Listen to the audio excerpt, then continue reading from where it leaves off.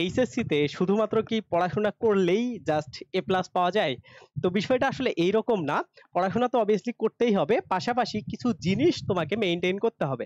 যেমন তোমাকে জানতে হবে যে কতগুলা সাবজেক্টে তুমি যদি এ প্লাস মিসও করো তারপরেও তোমার এ প্লাস থাকবে। এইটা দিয়ে কি হবে, তুমি একটা প্রায়োরিটি লিস্ট তৈরি করতে পারবা যে তোমার এই সাবজেক্টগুলো উইকনেস আছে এবং এই উইকনেসের কারণেও যদি তোমার রেজাল্ট খারাপ হয় ওই সাবজেক্ট স্পেসিফিক গুলাতে, তারপরেও তুমি এ প্লাস পাবা। এমন কিছু স্ট্র্যাটেজি নিয়েই আজকে আমরা কথাবার্তা বলবো এবং কিভাবে তোমরা এই কয়দিন পড়লে তোমার এ প্লাস কোনো দিনও মিস হবে না, আজকের এই ভিডিওটা দেখলে তুমি ইনশাল্লাহ সুন্দর করে বুঝতে পারবা। তো দেখো, প্রথমে আমরা যদি একটু দেখি যে আমাদের টোটাল কতগুলা সাবজেক্টে এইচএসসি পরীক্ষা দিতে হয় এবং কতগুলা সাবজেক্টে আমাদের যদি মিসও হয়ে যায় তারপরেও আমরা এ প্লাস পাবো। তো প্রথমত দেখো, এই যে বাংলা, ইংলিশ এবং আইসিটি, এটা তোমরা যারা সকল গ্রুপ মানে সবাই, তোমরা সায়েন্স থেকে পরীক্ষা দাও, আর্টস থেকে দাও কিংবা কমার্স থেকে দাও, তোমাদের এই সাবজেক্টগুলো পরীক্ষা দিতে হবে। এখন একটা বিষয় হলো, এই যে বিভাগীয় যে বিষয়গুলো আছে এইগুলা তোমার 4টা থাকে, একটা অপশনাল থাকে। ওকে, সো এখন একটা বিষয় খেয়াল করো, এইখানে 4টা, এইখানে 3টা, অর্থাৎ তোমাদের প্রায় হচ্ছে 7টা সাবজেক্ট। মোটামুটি তোমাদের 7টা সাবজেক্টের পরীক্ষা দিতে হবে, মানে যদিও এইখানে সাবজেক্টের সংখ্যা বেশি আছে তারপরে আমরা ওভারঅল যদি তোমার মার্কশিট হিসাব করি এই 7টা সাবজেক্টের উপরে তোমার ক্যালকুলেট করা হবে, অর্থাৎ প্রথম এবং দ্বিতীয় পত্রগুলা মিলায়া তোমার একটা রেজাল্ট আসবে। ওকে, সো এই 7টা সাবজেক্ট যদি আমরা হিসাব করি তাইলে আমরা প্রথমে দেখি আসলে যদি আমার এ প্লাস হইতে লাগে আমাদের কেমন মোটামুটি রেজাল্ট লাগবে। তো আমি সেফ জোন অনুসারে কথা বলবো, আরো অনেক ক্যালকুলেটিভ হিসাব আছে, বাট একটা সেফ জোন থেকে তোমাদের বলবো। ধরো তোমার এই যে বাংলা, ইংলিশ এবং আইসিটি, এইটার মধ্যে ইংলিশ থেকে তোমার এ প্লাস মিস হয়ে গেল, এইটা বেশিরভাগ স্টুডেন্টেরই হয়, 90% স্টুডেন্ট ইংলিশ থেকে এ প্লাস মিস হয়ে যায়। তো এইখান থেকে এই 3টার মধ্যে তোমার একটা ছুটে গেল, একটাতে এ প্লাস হইলো না, এইটাতে মার্ক আসলো হইলো এ, বা ধরো তোমার মানে এ প্লাস না হয়ে জাস্ট কম মার্ক 70-এর উপরে আসলো বা 70 করে মার্ক আসলো। ওকে, তারপরে এই 4টা বিষয়ের মধ্যে ধরো তোমার এইখানেও একটা বিষয়ে এ প্লাস হইলো না, সেইটা 4 সাবজেক্ট বাদ দিয়ে, মানে তোমার ধরো যে 4 সাবজেক্টটা আছে, ওকে, ধরো সেইটা বাদ দিয়ে অন্যগুলাতে যে কোনো একটাতে এ প্লাস মিস হয়ে গেল, ওইটাতে বি আসলো। এইরকম যখন সিচুয়েশন হবে তারপরেও কিন্তু তুমি এ প্লাস পাবা, কারণ অধিকাংশ শিক্ষার্থী যারা এ প্লাস পায় বিশেষ করে আর্টস থেকে তাদের অনেকের এই রকম রেজাল্টই হয়। ওকে, সো আমি যখন ব্যক্তিগতভাবে পরীক্ষা দিছিলাম আমারও সেম রেজাল্টই হয়েছিল। ওকে, আমার এই যে ইংলিশে এ প্লাস মিস হয়ে গেছিল ইংলিশ ফার্স্ট পার্টের জন্য, আর এই জায়গাতে আমার একটা আর্টসের সাবজেক্ট সমাজ বিজ্ঞান নামে একটা সাবজেক্ট ছিল, এইটাতে বোধহয় আমার 2 না 1 মার্কের জন্য এ প্লাস ছুটে গেছিল, যার কারণে আমার এইখানে টোটাল 4টার মধ্যে 3টাতে এ প্লাস ছিল আর বাকি একটাতে ছিল এ, আর এইদিকে 3টার মধ্যে 2টাতে এ প্লাস ছিল, 2টাতে এ প্লাস ছিল আর একটাতে ছিল শুধুমাত্র এ। তো আমার রেজাল্ট কিন্তু জিপিএ 5 চলে আসছিল। এটা আমি 2019 সালে যখন আমরা ফুল সিলেবাসে পরীক্ষা দিছি তখনকার কথা বলতেছি। হ্যাঁ, সো এইসব জায়গা থেকে তোমরা একটা হিসাব বুঝতে পারলা। আবার অনেকের এমনও হয় যে ধরো তোমার 4 সাবজেক্টটাতে এ প্লাস এনশিওর করবা, জাস্ট তাইলে অনেক সুবিধা হয়। 4 সাবজেক্টে যদি তোমার এ প্লাস থাকে, হ্যাঁ, 4 সাবজেক্টে যদি এ প্লাস থাকে, বাকি দেখা গেল যে কয়েকটা সাবজেক্টে, ধরো তোমার 3টা সাবজেক্টে এরকম এ আসছে, হ্যাঁ, আর বাকি 4টা সাবজেক্টে তোমার এ প্লাস চলে আসছে, এভাবেও অনেক সময় এ প্লাস আসে। তার মানে মেজর ফ্যাক্ট কি, মেজর ফ্যাক্ট হইলো যদি এ প্লাস না হয় মার্ক চেষ্টা করবা এ প্লাসের কাছাকাছি রাখার জন্য। অনেকে এরকম একটা দুইটা পরীক্ষা খারাপ দিয়ে অনেকে আসলে ডিপ্রেসড হয়ে যাও। ডিপ্রেসডটা কেমনে হও যে মনে করো যে অনেকে এরকম ভাবো যে আমার এটাতে এ প্লাস হইলো না, হয়তোবা আমার পরবর্তী পরীক্ষাগুলাও মানে যদি এরকম একটু হয়ে যায় তাহলে এ প্লাস পাবো না, সো এমন হবে না। নর্মালি দেখবা তোমরা সায়েন্স, আর্টস কিংবা কমার্স যেখান থেকেই পরীক্ষা দাও না কেন, তোমার এই প্রথম 3টা পরীক্ষাতে একটা কনফিডেন্স ডাউন হয়ে যাবে। হ্যাঁ, সো এইটা আসলে ভয় পাওয়ার কিচ্ছু নাই, আমি তোমাদের আগাম বলে দিচ্ছি। ধরো তোমার ইংরেজি পরীক্ষা খারাপ হয়ে যাইতেই পারে, এইটাতে দেখবা তোমার এ নাও থাকতে পারে, এ মাইনাস হইতে পারে, আরো খারাপ হইতে পারে, বাট কোনো বিচলিত হওয়া যাবে না। এটা কিন্তু আমি তোমরা পরীক্ষা দিলেই বুঝতে পারবা, এই 3টার মধ্যে একটা পরীক্ষা তোমার খারাপ হবে।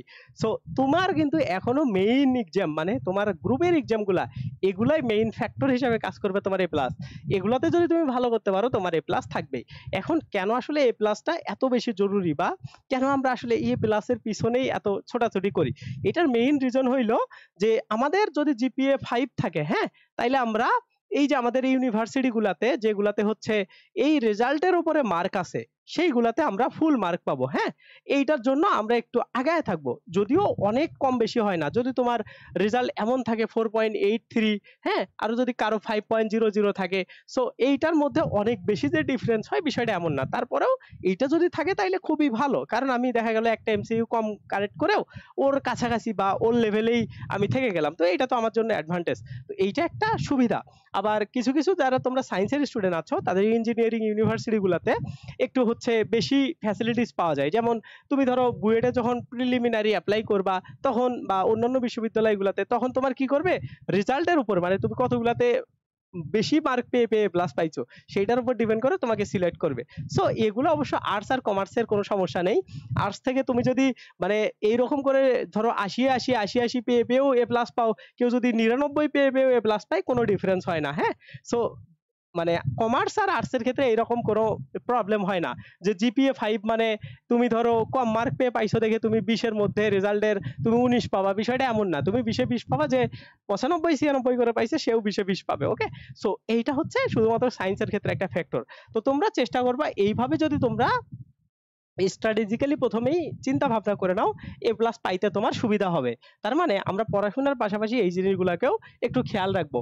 এখন দেখো শেষ সময়ে কিভাবে তুমি পড়লে বা কোন বইগুলাকে তুমি পড়লে তাইলে তোমার কাজে আসবে। দেখো তুমি প্রচুর পড়াশোনা করতেছো, বাট তুমি জানো না বইগুলাকে কিভাবে এখন ইফেক্টিভ ওয়েতে শেষ করা যায় এবং কিভাবে পরীক্ষাতে প্রশ্ন কারেক্ট করা যায়। দেখো অনেক পড়েও আসলে সবার ভালো হয় না, কেন জানো? যে সে আসলে অনেক বেশি পড়তেছে, অনেক পড়তেছে, বাট সে কোন জায়গা থেকে প্রশ্ন আসতেছে এবং কিভাবে আসতেছে এই জিনিসটা সে বুঝতে পারে না। অনেকের বোর্ড বই সম্পর্কে অনেক বেসিক ধারণা থাকে, অনেক মানে অ্যাডভান্স লেভেলেরও ধারণা থাকে, বাট তারা বুঝতে পারে না। এটার মেইন প্রবলেমটা হইলো তুমি মানে সঠিকভাবে অ্যানালাইসিসটা করো না, বা সঠিকভাবে জানো না যে প্রশ্নগুলা কেমন টাইপের হইতে পারে। তার মানে প্রশ্নের ধরনটা বোঝা তোমার হচ্ছে মেইন কাজ। তার মানে তোমার প্রথম কাজ হইলো প্রশ্ন কিভাবে আসে এই ধরনটা বা এই ধরনের ধারণাটা বা কনসেপ্টটা তোমার ফুল নিতে হবে। হ্যাঁ, কনসেপ্টটা যখন তোমার ফুল থাকবে তখন কি হবে, তুমি জানো বাংলা প্রথম থেকে অনুধাবনমূলক প্রশ্ন আসে, ওকে আমি প্রশ্নগুলো দেখি অনুধাবন টাইপের আসলে আমি অ্যান্সার করতে পারবো কিনা। তুমি কবিতাগুলো পড়ার সময় এভাবে পড়লা, তারপরে দেখবা তুমি এই যখন ধরন বুঝতে চাবা তখন তোমার বিগত সালের প্রশ্ন সলভ করা লাগবে, বিগত সালের বিভিন্ন বোর্ড প্রশ্ন, হ্যাঁ, এগুলা সলভ করা লাগবে। তোমরা যে কোনো বোর্ডের হও না কেন সব বোর্ডের প্রশ্নই সলভ করবা কমপক্ষে, মানে সর্বনিম্ন যদি আমি বলি 5 বছর, মানে 2000 ধরো এরকম 18 সাল থেকে এরকম চেষ্টা করবা 2018 সাল থেকে এই পর্যন্ত যত পরীক্ষা হয়েছে সেগুলোর প্রশ্ন সলভ করার জন্য, কারণ 18 থেকে তোমাদের সিলেবাস গুলা মিলবে। হ্যাঁ, সো ওই জায়গা থেকে তোমরা চেষ্টা করবা এই 18 থেকে অন্তত প্রশ্নগুলা সলভ করতে, তাইলে তোমাদের অনেক বেশি সুবিধা হবে পরীক্ষাতে মানে প্রশ্ন বোঝার জন্য। আরো একটা ভালো হইলো তোমরা মডেল টেস্ট বিভিন্ন কিনবা। হ্যাঁ, মডেল টেস্ট, মডেল টেস্ট কিনলে কি হয়, বিভিন্ন কলেজের প্রশ্ন সম্পর্কে একটা ভালো ধারণা পাওয়া যায়। এখন টিচাররা যারা কলেজের টিচার তারাই তো তোমাদের প্রশ্নের একটা ডেমো জমা দিবে, সেইগুলা থেকে সিলেক্ট করেই তো প্রশ্ন বানানো হবে। সো টিচারদের কনসেপ্ট যখন তুমি ক্লিয়ার ধরতে পারতেছো তখন দেখবা যে মেইন পরীক্ষাতে গিয়েও তোমার পরীক্ষায় ভালো করার চান্স আছে। তার মানে তুমি পড়ো, নো প্রবলেম। তোমার যদি বোর্ড বইগুলা খুবই ভালো করে পড়া হয়ে থাকে ওইগুলোর একটু মডেল টেস্ট দেওয়ার ট্রাই করো। অনেক বেশি কিন্তু মডেল টেস্ট দিতে হয় না, কিছু মডেল টেস্ট দিলেই তুমি যদি বুঝতে পারো যে এই সাবজেক্টটার মডেল টেস্ট আমি দিচ্ছি, আমি এটা পারতেছি, বাংলার ফার্স্ট পার্টের আমি মডেল টেস্ট দিচ্ছি, আমি পারতেছি, ওকে নো প্রবলেম, অন্য কোনো সাবজেক্টের তুমি চলে যাও, এইটার আর দেখার দরকার নেই।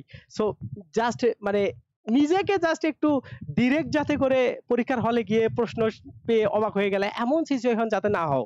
মানে তুমি একটা কথা চিন্তা মাথায় রাখবা যে তুমি যত বেশি প্রবলেমে বাসার মধ্যে পড়বা তত বেশি পরীক্ষার হলে গিয়ে প্রবলেমে কম পড়বা। বাট তুমি যদি বাসায় কোনো প্রবলেম না নিতে চাও, মানে প্রশ্ন সলভ যদি বাসায় না করতে চাও, তাহলে পরীক্ষার হলে গিয়ে হুট করে প্রশ্ন দেখে তোমার প্রবলেমের মধ্যে পড়ে যাইতে হবে। সো এই রিস্কটা কেন তুমি নিবা? তো এই টিপস আর ট্রিক্স গুলা যদি তুমি ফলো করো, আমার মনে হয় তোমার পরীক্ষাতে অন্যদের থেকে একটু বেটার ভালো পড়াশোনা হবে এবং পরীক্ষার জন্য ভালো করতে পারবা। সো আজকের ভিডিওটা এই পর্যন্তই। তোমরা সবাই এইভাবেই পড়াশোনা শুরু করো, টেস্ট পেপার গুলা কেন পড়াশোনা শুরু করো, মেডিজের ভালো টেস্ট পেপার আছে, আশা করি পরীক্ষাতে কমন পাবা। সো ভিডিওটা ভালো লাগলে লাইক দিবা, বন্ধু বান্ধবদের আমাদের চ্যানেলের কথা জানাই দিবা, আর চ্যানেলে নতুন হইলে সাবস্ক্রাইব করো। আল্লাহ হাফেজ, বাই বাই।